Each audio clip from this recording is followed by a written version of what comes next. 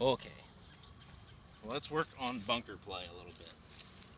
Laura, I imagine this is probably a reasonable strength in your game.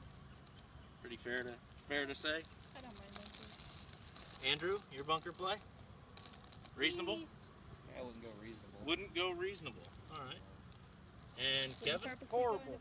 Horrible. All right. So we've got fair, reasonable, and horrible, or fair, not reasonable, and horrible. Okay. We can work with all of those. I'll have more marshmallows. More marshmallows. We'll get to the marshmallows. I promise.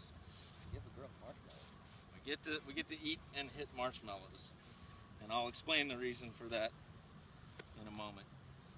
So, bunker play. There's two basic ways you can play it.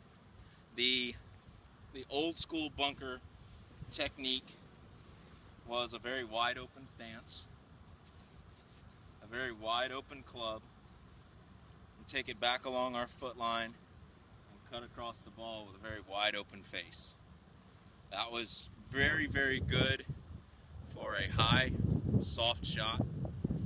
Put a little slice spin on it as well. But it's a very effective way to get out of a bunker. Some newer techniques, if you will, involve a much more square stance, a slightly open club face, and we swing it, still swinging along our body line, but a much squarer setup, a much more standard setup.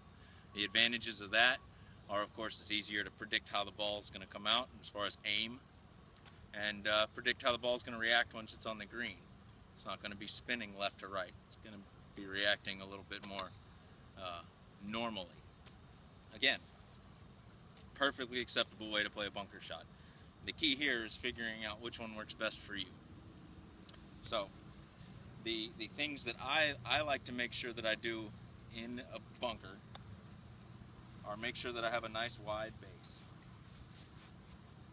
The stance is going to kind of turn your hips off a little bit.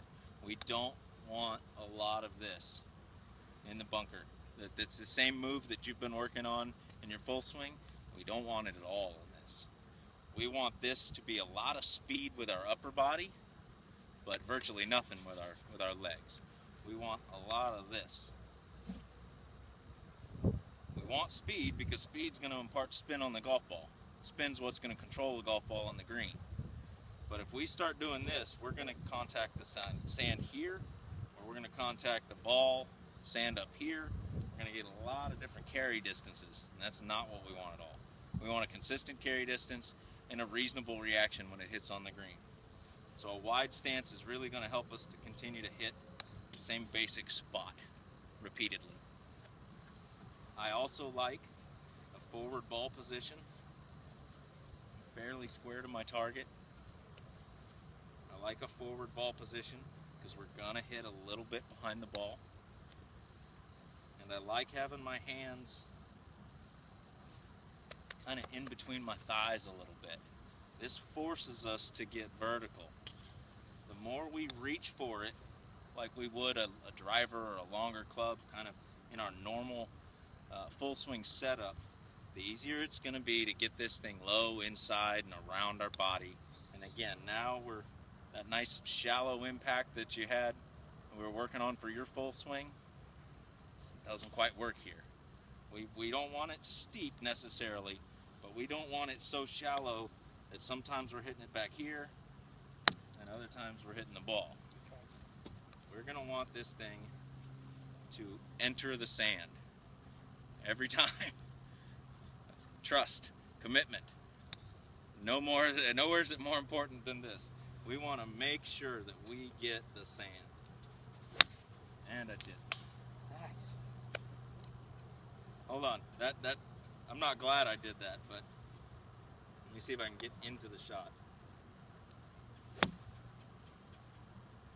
So, good that I goofed, but not. But you see the two differences. One of them I caught sand. Perfectly reasonable shot. Got an 8-foot putt. The other one I didn't commit to it. I was half talking, still trying to do the presentation, and golf ball gone. So, like I said, the two things that I like are the wide stance and the hands between the thighs. Those really, really, really help. As far as the setup, we can work on whatever you like best. The square stance, and both of them can be used, depending on what kind of shot you want to play. So we'll work on that, and we're gonna do the marshmallows. So hang on one second here on the recording.